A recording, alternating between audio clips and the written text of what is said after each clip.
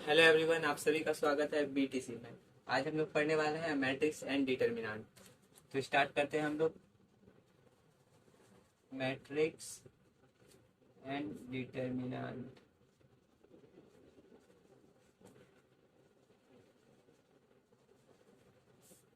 आज हम लोग ये पढ़ने वाले हैं। तो इसमें सबसे पहला टॉपिक है मैट्रिक्स। व्हाट इज मैट्रिक्स, ये हमें समझना पड़ेगा।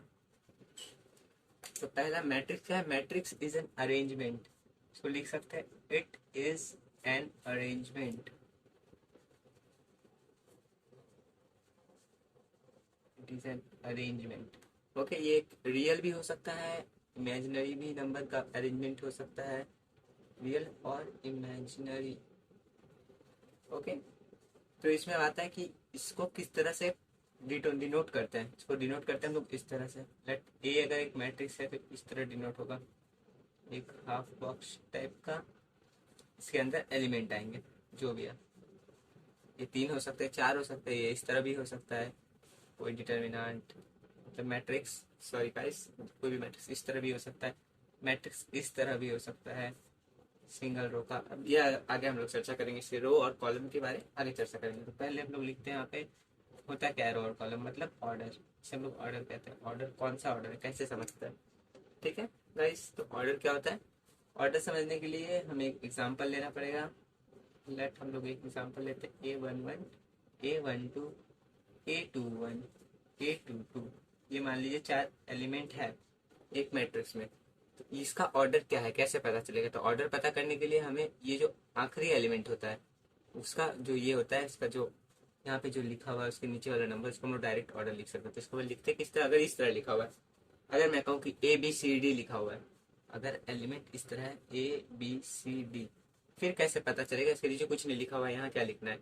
तो मैं बताने वाला हूँ आपको किस तरह करना है। आपको पहले यहाँ से देखना है, यहाँ पे 1, यहाँ पे 2, फिर इस तरह गिनना है 1 2। इधर भी 2 है, इधर भी 2 है, तो 2 × 2। फिर अगर इस तरह 3 3 एलिमेंट है, मान लीजिएगा इस 3 3 एलिमेंट, इसका कैसे होगा? इसका 1 2 3 1 2 3, 3 × 3। अब मान लीजिएगा 4 एलिमेंट है और इधर सिर्फ 2 है, 2 है, 2 है, 2 है, 2 है, इधर 4। अब कैसे करेंगे? सबसे पहले हमें क्या काउंट करना है? यहाँ से काउंट करना है 1 2 3 4। जो ये है, ये वाला 1 2 3 4, 1 2 3 4, ये 4 इधर आता है। ठीक है, और ये 1 2, तो ये 2 इधर आएगा। ठीक है गाइस, तो ये किस तरह लिखाता है? जो पहले हम लोग लिखते हैं, ये पहला, इसको कहते हैं रो। ये बाद वाला, इसे कॉलम। ओके गाइस, तो कितना रो है? 2 रो है, 2 रो है। कितना कॉलम है? 4 कॉलम। ठीक है, 4 कॉलम और 2 रो। आगे बढ़ते हैं। तो इसमें आता है कि किस नंबर, इसमें अब लिख सकता हूँ types of matrix. Types of matrix, types of matrix में हम लोग पढ़ेंगे। नंबर 1 आता है रो। ओके, ये क्या होता है? What is a row matrix? Row matrix लिखा है मैंने, रो लिखा है। ओके, जिसमें सिर्फ सिंगल रो का, लिख दो यहाँ पे single row, contain single row. और वन रो भी कह सकते हैं। इसको किस तरह डिनोट करते हैं? A = इस तरह डिनोट होगा। इसमें कितने रो है? इसमें रो तो एक ही है, एक रो है ना।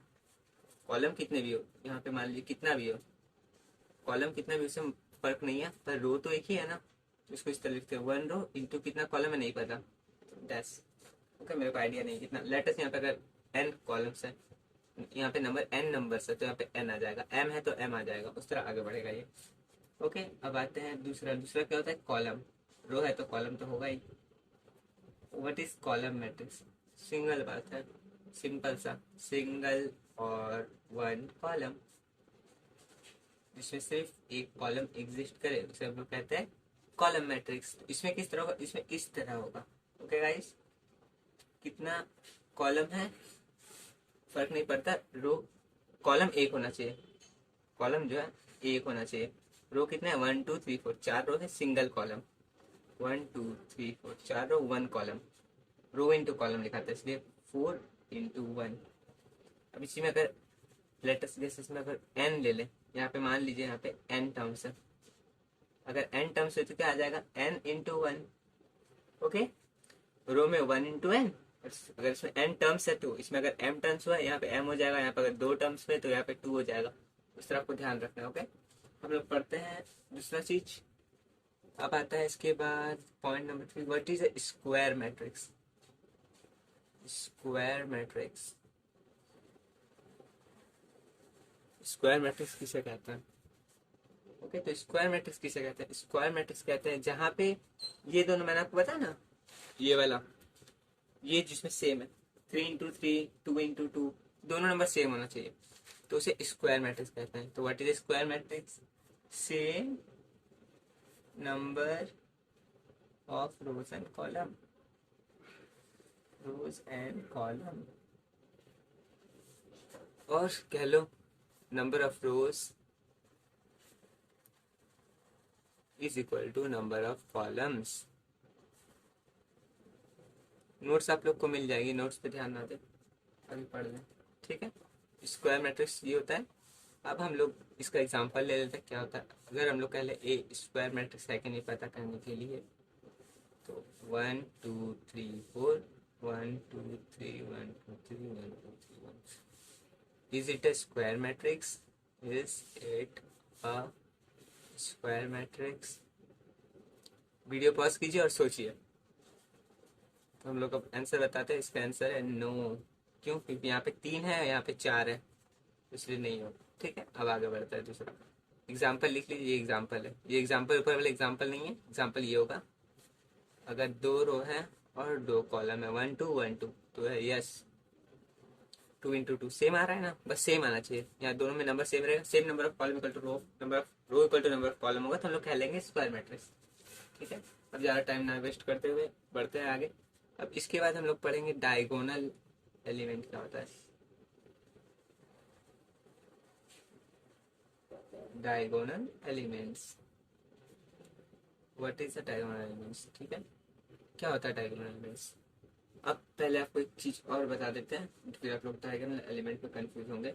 यहाँ पे जो मैट्रिक्स है, यहीं पे साइड में कहीं पे लिख लीजिए, यहाँ पे इस तरह करके, ये टर्म्स है ना, इस तरह डिनोट किया जाता है, ए आई जे, इसको लिख लीजिए साइड में, ये जो इक्वल है, ठीक है, ए आई जे। समझ में? ये आई क्या है?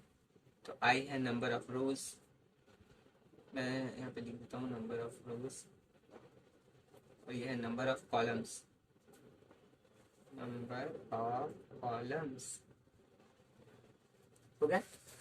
ये ए डिनोट इस तरह से होता है, आप ऊपर लिख सकते हैं ए आई जे। ठीक है, अब आता है डायगोनल में। What is diagonal elements? Diagonal क्या होता है? जहाँ पे पहले तो डायगोनल एलिमेंट्स का पहला, अगर कोई भी स्क्वायर मैट्रिक्स है तभी हम लोग डायगोनल एलिमेंट्स निकाल सकते हैं।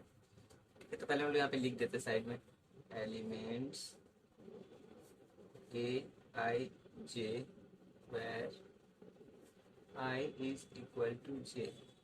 यहाँ पे एक और पॉइंट कर लिख दीजिए, यहाँ पे लोग ज़्यादा कंफ्यूज होते हैं, ज़्यादातर बच्चे कंफ्यूज होते हैं, तो यहाँ पे लिख दीजिए नॉट ऑलवेज, नहीं ये मत लिखिए, यहाँ पे काम कीजिए, यहाँ पे लिख दीजिए diagonal element not compulsory, not compulsory, Hindi में भी लिख सकते हैं, that it must be a square matrix. Side में हिंदी में लिख दीजिए नोट करके, आगे याद रहेगा। डायगोनल, डीई मतलब diagonal element. Okay, diagonal element निकालने के लिए, निकालने के लिए स्क्वायर मैट्रिक्स होना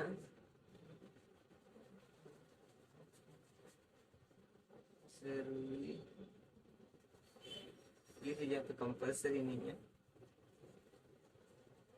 नहीं है। ओके, अब हम लोग पढ़ते हैं डायगोनल एलिमेंट्स होता है। What is a diagonal matrix?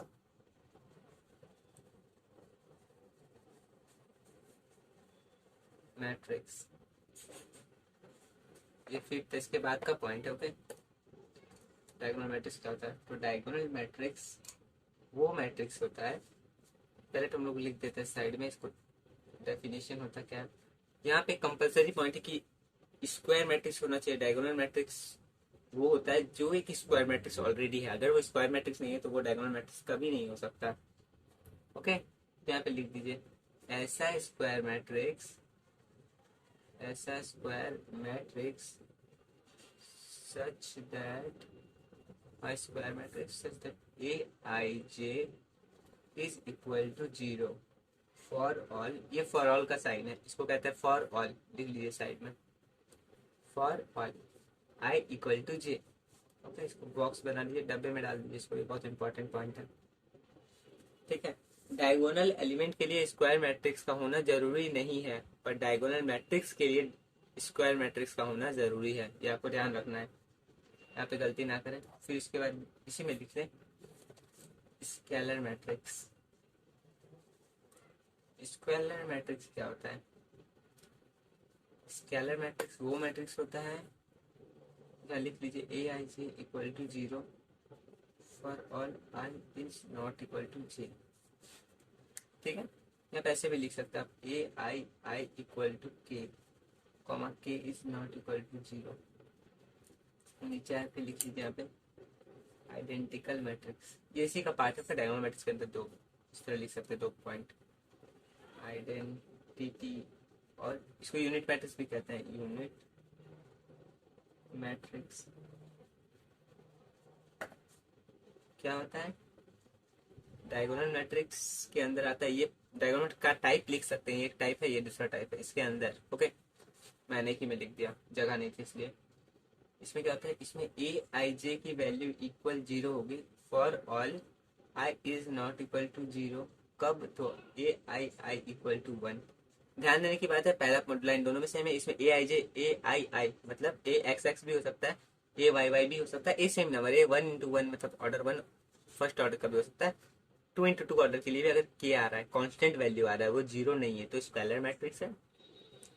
अगर 0 कॉन्स्टेंट वैल्यू आ रहा है 1 है तो आइडेंटिकल। ठीक है, हम लोग आगे बढ़ते हैं। इसके बाद आते हैं, इसके बाद और है पॉइंट है, ये फिफ्थ है, यहाँ पे सिक्स करके लिख ले। Six was is 1 second guys,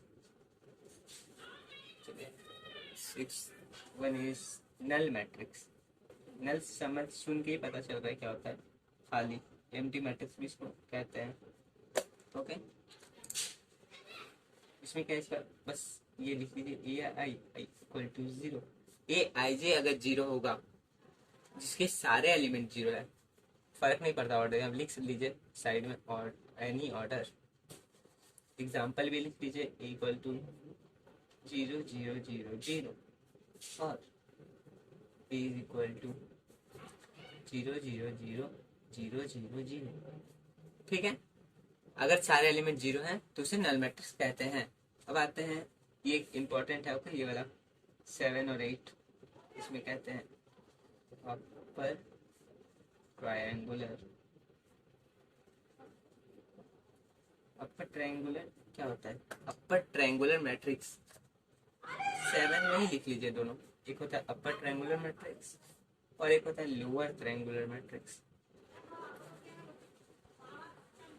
triangular matrix side में मैट्रिक्स लिख लीजिएगा, सब लोग के यहाँ पे मैट्रिक्स होगा। कहाँ गया? यहाँ पे row matrix, column matrix, okay, बाकी सब में लिखा हुआ है। ओके, अब आते हैं हम लोग अपर मैट्रिक्स किसको कहते हैं, अपर ट्रायंगुलर मैट्रिक्स के लोअर ट्रायंगुलर किस तरह पता चलेगा? इसके डेफिनेशन पे ध्यान मत दीजिएगा, डेफिनेशन पढ़िएगा तो कंफ्यूज हो सकता है, तो उसको डेफिनेशन ना लिखना ही बेटर होगा, कोई भी लिख लेते हैं, जैसे हो गया ये, चलिए लिख लेते हैं A B C D E F G H I, हो गया। यहाँ पे भी एक लिख लीजिए A B C D E F G H I, हो गया। किस तरह पता चलेगा कौन सा अपर है कौन सा लोअर है? तो अपर में जो होता है, पहले तो आपको ये देखना है, यहाँ से आप एक और लिख लीजिए ए इक्वल टू 3 3 3। ओके गाइस, पहले यहाँ पे अपर ट्रायंगुलर, तो ट्रायंगल आपको बनाना है, ठीक है। एक ट्रायंगल बन गया, अपर ट्रायंगल। आप एक लोअर ट्रायंगुलर बना लीजिए। अगर कुछ डाउट हो तो कमेंट कीजिएगा, वीडियो को लाइक कीजिए, चैनल को सब्सक्राइब कीजिए, ठीक है। ये लोअर ट्रायंगुलर मैट्रिक्स मतलब नीचे वाला, दूसरे पेन से ये कर दो, कलर अच्छा लगेगा देखने में। ओके गाइस, समझ में आ रहा है ना? नहीं समझ में आए तो कमेंट कीजिएगा,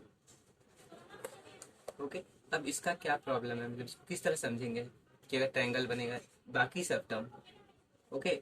लोअर और अपर जो ट्रायंगल में पार्ट नहीं ले रहा वो जीरो होगा, ओके। समझ में आ गया? अब मैं आपको एग्जांपल दे रहा, आपको बताना है, यहाँ पे क्वेश्चन करके लिख लीजिए, लोअर है या अपर है। अपर, यहाँ पे लिख लीजिए अपर ट्रायंगुलर और लोअर ट्रायंगुलर।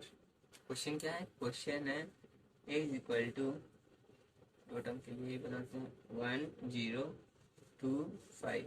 ये कौन सा आपको बताना है, कमेंट में बता दीजिए। क्वेश्चन नंबर यहाँ पे लिख लेते हैं 1 करके, क्वेश्चन नंबर 1 का आंसर, और यहाँ पे 2 क्वेश्चन का, 2 क्वेश्चन भी वही है, अपर ट्रायंगुलर है या लोअर ट्रायंगुलर है, को बस लिखना है 2 का क्या होगा, यूटी या एलटी, ओके।